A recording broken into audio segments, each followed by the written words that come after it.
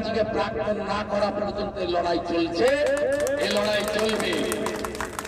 আপনারা জেনে রাখুন, আমি টুইট করেছি সকালবেলা, শাহজাহানকে কাল রাত্রি 12টার সময় এর মুজিবি থেকে কথা বলে নিয়ে আসা হয়েছে, ফলতাতে রাখা হয়েছে। এখন তিনি ফলতাতে আছেন।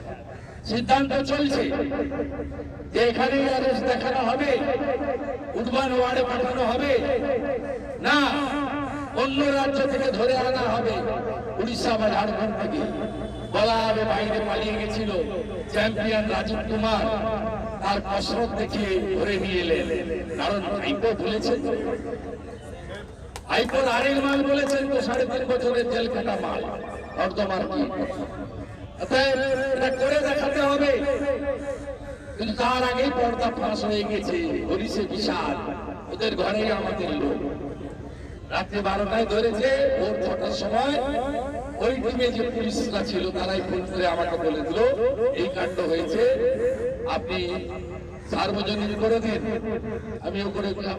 মিলিয়ে নেবেন, অপেক্ষা করে আছে।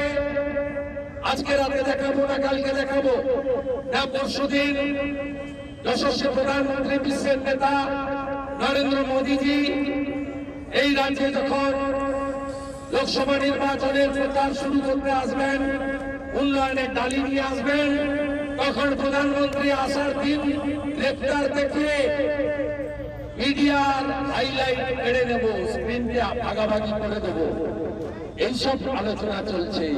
মমতা ব্যানার্জি এই সমস্ত আলোচনা করছে। এখন সুব্রত বক্সী নয়, রাজীব কুমার হলেন এই রাজ্যের তৃণমূল কংগ্রেসের সভাপতি।